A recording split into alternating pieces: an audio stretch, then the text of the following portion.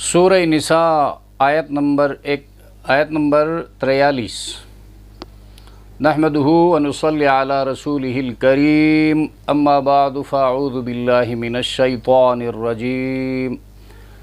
بسم اللہ الرحمن الرحیم۔ یا ایہا الذین آمنوا لا تقربوا الصلاة وانتم سکارى حتى تعلموا ما تقولون ولا جنبا إلا عابري سبيل حتى تغتسلوا وإن كنتم مرضى أو على سفر أو جاء أحد منكم من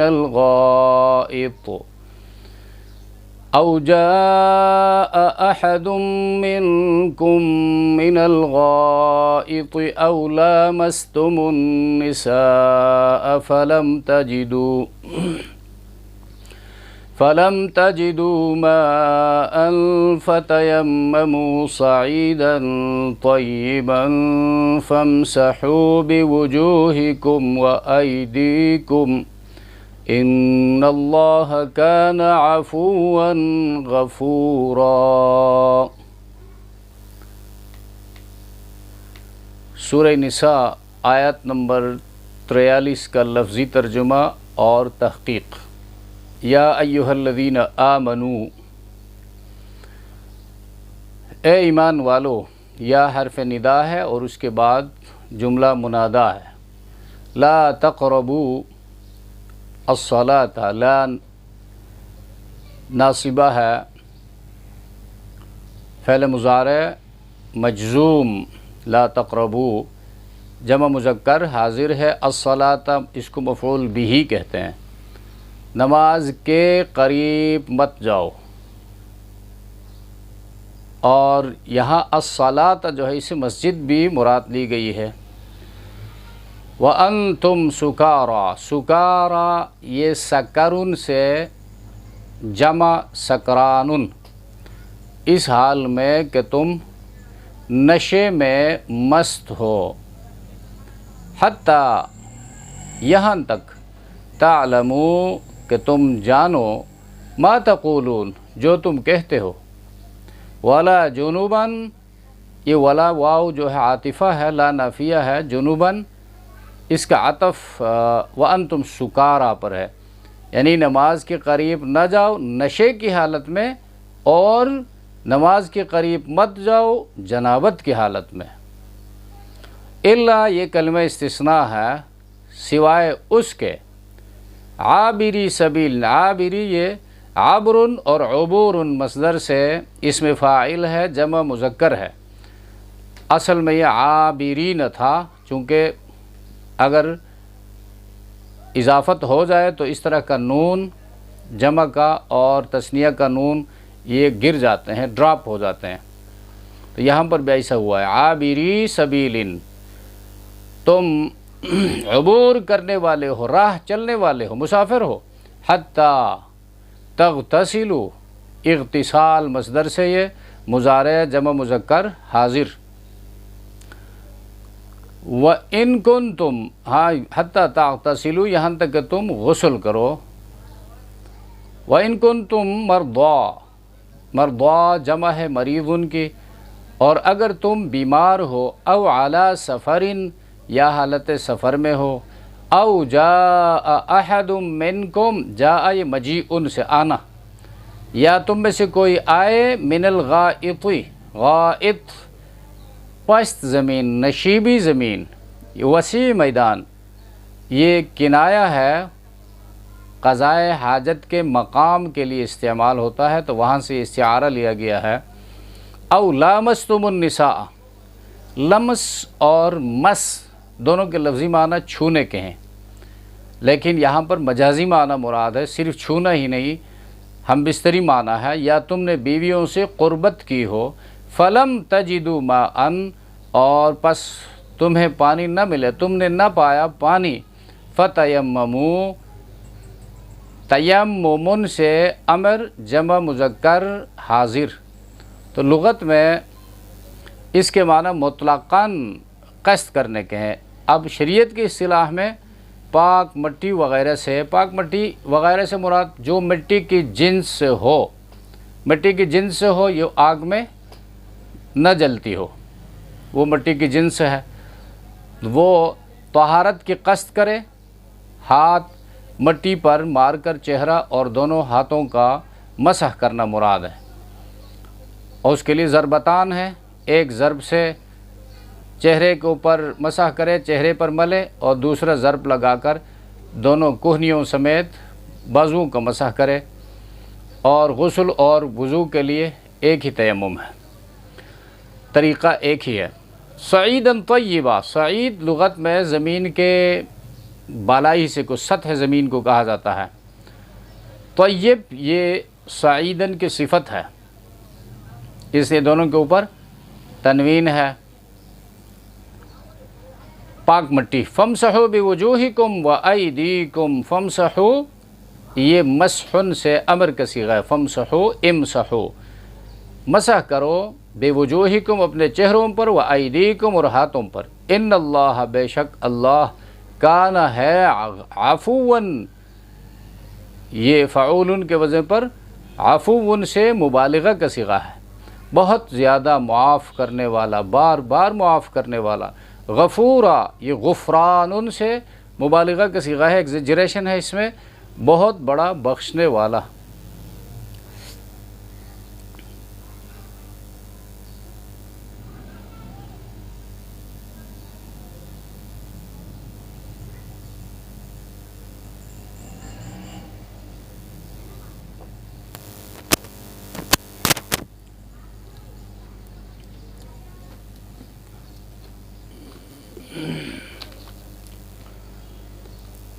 سورہ نساء آیت نمبر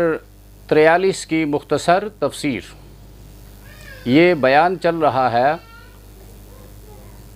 گزشتہ درسوں سے، اصلاح ذات البین، یعنی آپس میں صلح صفائی کے ساتھ رہو، تو صلح صفائی کے ساتھ رہو گے تو طلاق کی نوبت نہیں آئے گی، اور اب وہ اسباب جو جھگڑے کی طرف لے کر جاتے ہیں ان کا ذکر کرتا ہے، اور بیچ میں ایک امر مصلح ہے نماز، اس کا ذکر کرتا ہے۔ اسی کی نماز میں بندے کا تعلق اللہ سے ہوتا ہے، جب اللہ سے جڑ جائے تعلق تو اللہ کا حکم ہے بندوں کے ساتھ بھی نیک سیرت کے ساتھ رہنا اور حسن سلوک کے ساتھ رہنا، اس کا بھی بندہ خیال رکھے گا۔ تو اصلاح ذات البین سے، اہل حقوق کے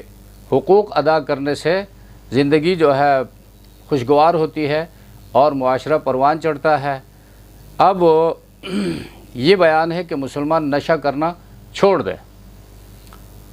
اور نشہ جو ہے جنابت کی طرح، پلیتی کی طرح، یہ نجاست حکمی ہے اور گندگی سے معاشرہ خراب ہوتا ہے۔ تو نشہ کرنا اور جنابت جو ہے یہ ایسی نجاستیں ہیں کہ ان کے ساتھ نہ نماز درست ہے اور نہ مسجد میں داخل ہونا درست ہے، تو ایسی گندگی سے معاشرہ برباد ہو جاتا ہے۔ اب مسلمانوں میں چونکہ جہالت عام ہے، دین سے لوگ دور ہوتے جا رہے ہیں، تو جوان لوگ جو ہیں وہ نشہ کرتے ہیں اور اس سے برائیاں وجود میں آ جاتی ہیں، طلاق ہے، گالی گلوچ ہے، بیویوں کو طلاق دینا ہے، اور بیویاں مجبور ہو کر خلا لے لیتی ہیں، اور حقوق جو ہے بیویوں کے ادا نہیں کرتے ہیں۔ اس طرح والدین کی ناقدری ہوتی ہے، بلکہ آج کل سوشل میڈیا سے پتہ چلتا ہے کہ والدین کو مارتے ہیں معمولی معمولی باتوں پر، ان کے ساتھ حسن سلوک کا حکم ہے، تو یوں جو ہے قتل کی گرم بازاری ہے۔ تو یہ سب جو ہے اس دین سے دور ہونے کی وجہ سے ہے۔ تو نشہ کرنا اسلام میں حرام ہے، نشہ تھوڑا ہو یا زیادہ، اور کوئی بھی نشہ ہو، جامد ہو یا سیال ہو، افیون کھا کر نشہ کرتا ہے یا شراب پی کر نشہ کرتا ہے، اور شراب کی جون سی قسم بھی وہ استعمال کرتا ہے، اس کی تو بہت ساری قسمیں آ گئی ہیں، نام بدلنے سے حکم نہیں بدلتا، اور شراب کی جون سی قسم بھی بندہ استعمال کرے تو وہ حرام ہے۔ تو یہاں پر جو سامنے آیت نمبر 43 ہے، اس میں یہ ارشاد ہے کہ نشہ کی حالت میں نماز کے قریب مت جاؤ، کیونکہ نجاست کے ساتھ، گندگی کے ساتھ نماز جائز نہیں ہے۔ جب نشہ اتر جائے اور اپنی بات سمجھنے لگو کہ میں ہوش میں ہوں، میں عربی میں گانا گا رہا ہوں یا قرآن کی تلاوت کر رہا ہوں، یہ تمہیں معلوم ہو جائے، اس وقت پھر وضو بنا کر پاک ہو کر نماز پڑھو۔ اور نماز کی ممانعت ہی نہیں بلکہ مسجد جانے کی بھی ممانعت ہے۔ یہاں پر یہ نہیں فرمایا لا تصلوا، نماز مت پڑھو، بلکہ فرمایا لا تقربوا الصلاۃ، نماز کے قریب بھی مت جاؤ۔ تو نماز کہاں پڑھی جاتی ہے؟ مسجد میں، اور نماز کے قریب نہ جانے کا مطلب مسجد کے قریب مت جاؤ۔ اور یہ ارشاد جو زنا کے حوالے سے کہا، قرآن میں یہ نہیں فرمایا لا تزنوا، زنا مت کرو، بلکہ لا تقربوا الزنا، زنا کے قریب بھی مت جاؤ، یعنی غیر محرم عورتوں کو لے کر مجلس گرم مت کرو، ان کے ساتھ تنہائی میں مت بیٹھو، ان کو لے کر سفر مت کرو،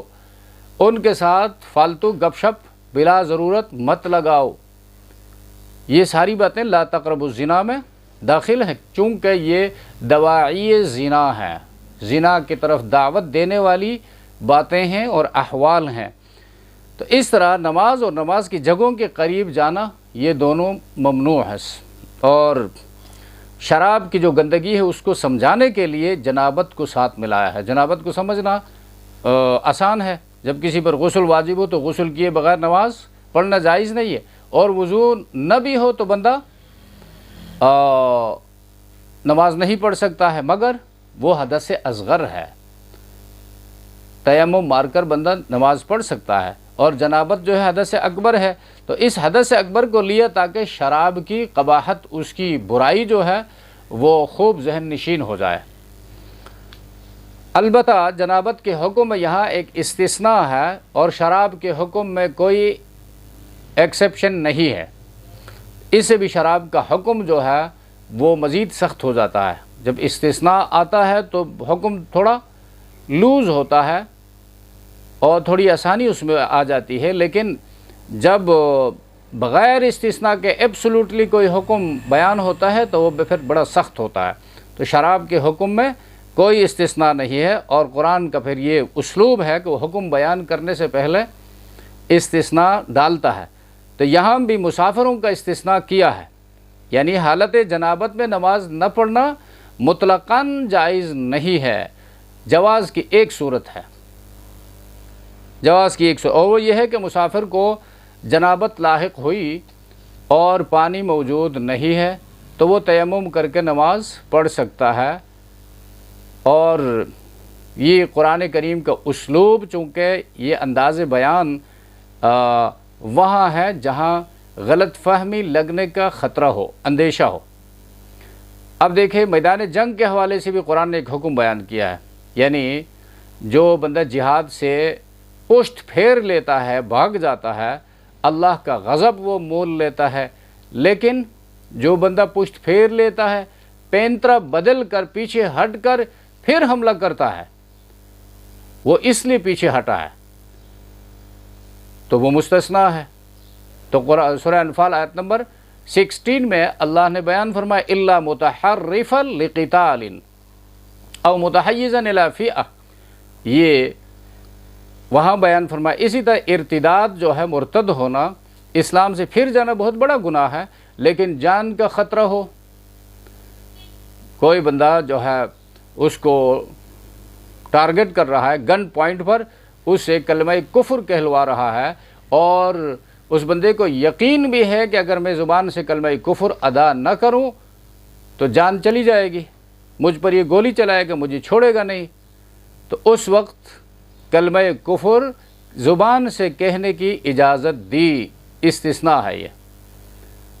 سورہ نحل آیت نمبر 106 الا من اکرہ وقلبہ مطمئن بالایمان، جس پر ظلم کیا گیا اور اس بندے کا دل جو ہے ایمان پر مطمئن ہو تو اس وقت اگر زبان سے کوئی جان بچانے کے لیے کلمہ کفر زبان سے ادا کرے تو وہ کافر نہیں ہوگا۔ اور اسی طرح جو ہے یہاں پر دیکھو الا عابری سبیل کا استثناء جو ہے یہ پہلے ہی کر دیا کہ مسافر غسل کیے بغیر مٹی سے تیمم کر کے نماز پڑھ سکتا ہے۔ تو یہاں پر ایک سوال ہو سکتا ہے کہ یہ آیت جو ہے شراب حرام ہونے سے پہلے کی ہے اور پہلے قرآن کریم ذہن سازی کرتا ہے، تو یہ ذہن سازی کے مرحلے کی آیت ہے، بعد میں یہ منسوخ ہو گیا ہے۔ تو جواب یہ ہے کہ منسوخ نہیں ہے، ذہن سازی کے مرحلے کی آیات جو ہیں وہ منسوخ نہیں ہوتی، جیسے روزوں کی فرضیت کے حوالے سے ذہن سازی کی آیات منسوخ نہیں ہے۔ اس کے لیے آپ دیکھ سکتے ہیں، سن سکتے ہیں درس سورہ بقرہ آیت نمبر 183 اور 184، وہاں پر تفصیل سے بتایا گیا ہے۔ تو شراب اگرچہ حرام ہے لیکن کوئی ناہنجار مسلمان، جاہل مسلمان جو ہے یا سو کالڈ مسلمان جو صرف اپنا نام مسلمانوں والا رکھا ہے، وہ اگر شراب پیے تو نشہ تو چڑھے گا، تو جب نشہ چڑھے گا تو مسجد نہیں جا سکتا، نماز نہیں پڑھ سکتا، لہٰذا نشہ اترنے تک مسجد جانے سے پرہیز کرے اور نماز پڑھنے سے پرہیز کرے۔ تو یہاں پر یہ مسئلہ بتایا گیا ہے، خلاصہ ہے اس آیت کا، یا ایھا الذین آمنوا لا تقربوا الصلاۃ، اے ایمان والو تم نماز کے قریب مت جاؤ، وانتم سکارا، جبکہ تم نشہ کی حالت میں ہو، حتی تعلموا ما تقولون، یہاں تک کہ جو بولو اس کو سمجھنے لگو، ولا جنوبا الا عابری سبیل حتی تغتسلوا، اور نہ حالت جنابت میں نماز کے قریب جاؤ، البتہ الا عابری سبیل مسافر مستثنیٰ ہے، حتی تغتسلوا یہاں تک کہ نہا لو۔ دو عوارض ہیں یہاں پر اور دو نواقض ہیں۔ عوارض وہ حالت جو جب پیش آ جائے، لاحق ہو جائے بندے کو تو تیمم جائز ہے، اور دو نواقض ہیں، ان دو حالتوں کے پیش آنے سے تیمم ٹوٹ جاتا ہے۔ تو دو عوارض جس میں تیمم جائز ہے، ایک عارض سماوی ہے، آسمانی آفت مثلا بیماری ہے، بیماری میں بندہ تیمم کر سکتا ہے، اللہ کی طرف سے بیماری پیش آئی اور پانی استعمال نہیں کر سکتا ہے، اور پانی استعمال کرنے سے صحت مزید بگڑنے کا خطرہ ہے، یا مسلمان تجربہ کار ڈاکٹر نے اسے کہا ہے پانی جب استعمال کرو گے تو صحت کے لیے نقصان دہ ہے، تو اس وقت جو ہے یہ بندہ تیمم مار کر نماز پڑھے گا۔ اور دوسرا عارض جو ہے وہ اختیاری ہے، مثلا ایک بندہ سفر اختیار کرتا ہے، گھر سے نکلتا ہے اور پھر سفر میں غسل کی ضرورت پڑی اور پانی نہیں ہے، تو یہ اختیاری عذر ہے، اس وقت تیمم مار کر نماز پڑھ سکتا ہے۔ اور نواقص جو ہیں تیمم کو توڑنے والی چیزیں جن سے تیمم ٹوٹ جاتا ہے، دو ہیں، حدث اصغر اور حدث اکبر۔ مثلا وضو ٹوٹ گیا یا غسل واجب ہو گیا، حدث اصغر وضو ٹوٹ گیا، حدث اکبر جنابت جو ہے غسل واجب ہو گیا، اور پانی حقیقتاً نہیں ہے یا حکماً نہیں ہے، حقیقتاً نہیں ہے، پانی کا کہیں اتا پتہ نہیں ہے، کہیں چشمہ نہیں ہے اور کہیں ندی نہیں ہے، کہیں تالاب نہیں ہے، نلکا نہیں ہے، وغیرہ وغیرہ، یا جو ہے پانی کنواں کے اندر ہے، ڈول نہیں ہے، ڈول ہے تو رسی نہیں ہے، یا پانی ہے لیکن نہایت تھوڑا ہے، سفر میں ہے بندہ اور وہ اس پانی سے تیمم کرے گا تو پینے کے لیے پانی نہیں بچتا، تو اس صورت میں یہ بندہ یہ حقیقتاً نہ ہونا ہے، اور حکماً پانی ہے، ڈاکٹر کی طرف سے اجازت نہیں ہے، یا پانی ہے جس طرح بتایا تھوڑا ہے، تو اس صورت میں پانی استعمال نہ کرے بلکہ تیمم مارے، اور تیمم کا طریقہ پہلے آپ کو بتایا گیا۔ تو پہلا جو عارض ہے فرمایا وَإِن كُنتُم مَرْضَىٰ، اور اگر تم بیمار ہو، تو یہاں بیماری سے مراد ایسی بیماری جس میں پانی کا استعمال نقصان دہ ہو، اگر وضو یا غسل کرے گا تو بیماری بڑھ جائے گی، یا جو ہے بیماری طویل ہوگی، اس صورت میں بھی چونکہ عارض ہے یہ، اور پتہ وہاں سے کرے گا اور وہاں سے چلے گا جہاں مسلمان ڈاکٹر اس کو مشورہ دے دے۔ اور اس طرح دوسرا عارض جو او علی سفرن، آدمی سفر میں ہو، پانی تھوڑا ہو، اگر وضو کرے گا تو پیاس لگے گی، تکلیف میں مبتلا ہوگا۔ اور اسی طرح پہلا ناقص جو ہے جسے تیمم ٹوٹ جاتا ہے وہ ہے او جاء احد منکم من الغائط، یعنی چھوٹا بڑا پیشاب کرنے سے، قضائے حاجت کرنے سے وضو ٹوٹ جاتا ہے، تیمم بھی ٹوٹ جاتا ہے۔ غائط جو ہے یہ نشیبی جگہ کے لیے استعمال ہوا ہے، تو قرآن کریم نے ڈائریکٹ جو ہے بلا واسطہ یہ نہیں بتایا قضائے حاجت کی بات یا واش روم استعمال کرنے کی بات، چونکہ قرآن تربیت بھی سکھاتا ہے، ادب سکھاتا ہے، تو ادب یہ ہے کہ ایسے الفاظ استعمال کیے جائے۔ اب نشیبی زمین جو ہے یا صحرا، وہ اس زمانے میں عموماً اس کے لیے قضائے حاجت کے لیے استعمال ہوتے تھے۔ آج کل بھی بندہ کہیں باہر نکلے، گاؤں کی طرف نکلے، تو نشیبی زمین جو ہے وہ چھوٹے بڑے پیشاب کے لیے، چونکہ نشیبی زمین میں پردہ زیادہ ہوتا ہے تو لوگ اس زمین کو استعمال کرتے ہیں۔ تو من الغائط۔ اس طرح دوسرا ناقص جو لامستم النساء، عورتوں کو ہاتھ لگایا ہو، یہاں پر بھی ہاتھ لگانا ویسے ہاتھ لگانا مراد نہیں ہے، بلکہ ہاتھ لگانے سے مراد مباشرت ہے، قربت ہے۔ تو اگر یہ دو صورتیں پیش آ جائے تو تیمم ٹوٹ جائے گا اور نئے تیمم کی ضرورت ہوگی۔ تو تیمم جو ہے وضو ٹوٹ جائے، تیمم اور غسل کے لیے تیمم، ان دونوں کا طریقہ ایک ہی ہے۔ اور اسی طرح غسل کے لیے بھی اگر غسل کی جگہ کسی نے تیمم کیا ہے، اس میں بھی اگر چھوٹا بڑا قضائے حاجت کے لیے باہر نکلا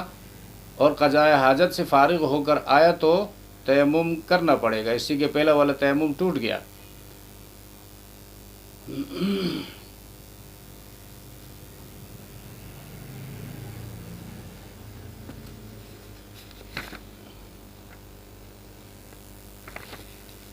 وَإِن كُنتُم مَّرْضَىٰ أَوْ عَلَىٰ سَفَرٍ، اگر تم بیمار ہو یا سفر میں ہو،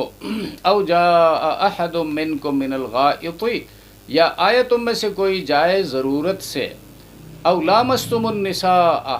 یا چھوا ہو تم نے عورتوں کو، فَلَمْ تَجِدُوا مَاءً، پھر نہ پایا تم نے پانی، فَتَيَمَّمُوا، تو قصد کرو، ارادہ کرو پاک مٹی کا، صَعِيدًا طَيِّبًا، پاک مٹی، فَامْسَحُوا بِوُجُوهِكُمْ، پھر اس سے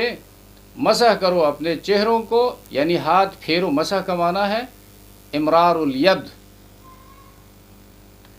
پھیرو اپنے چہروں پر، وَأَيْدِيكُمْ، اور اپنے ہاتھوں پر، إِنَّ اللَّهَ كَانَ عَفُوًّا غَفُورًا، بے شک اللہ تبارک و تعالیٰ درگزر کرنے والے اور بخشنے والے ہیں۔ یعنی اب اس سے پہلے نماز میں نشہ کی حالت میں جو تم نے نماز پڑھی ہے، غلطی ہو گئی ہے، وہ اللہ بخشنے والا ہے، اور آئندہ ایسی غلطی مت کرو۔ تو اس آیت سے یہ مسئلہ سامنے آتا ہے، نشہ کی حالت میں نماز جائز نہیں ہے، اور نمازیں اپنے اوقات میں پڑھنی ضروری ہے، اس لیے کہ اوقات نماز میں نشہ کا استعمال مت کرو۔ ایسا نہ ہو کہ تمہارے منہ سے کوئی کلمہ جو ہے وہ نکل جائے غلط، اور یہ حکم اس وقت تھا جب شراب حلال تھی، پھر جب شراب حرام ہو گئی، اب نہ نماز کے وقت میں پینا جائز ہے نہ غیر نماز کے وقت میں، مگر یہ حکم اب بھی باقی ہے کہ نشہ کے حالت میں نماز پڑھنا جائز نہیں ہے۔ ہو سکتا ہے کوئی مسلمان نشئی ہو اور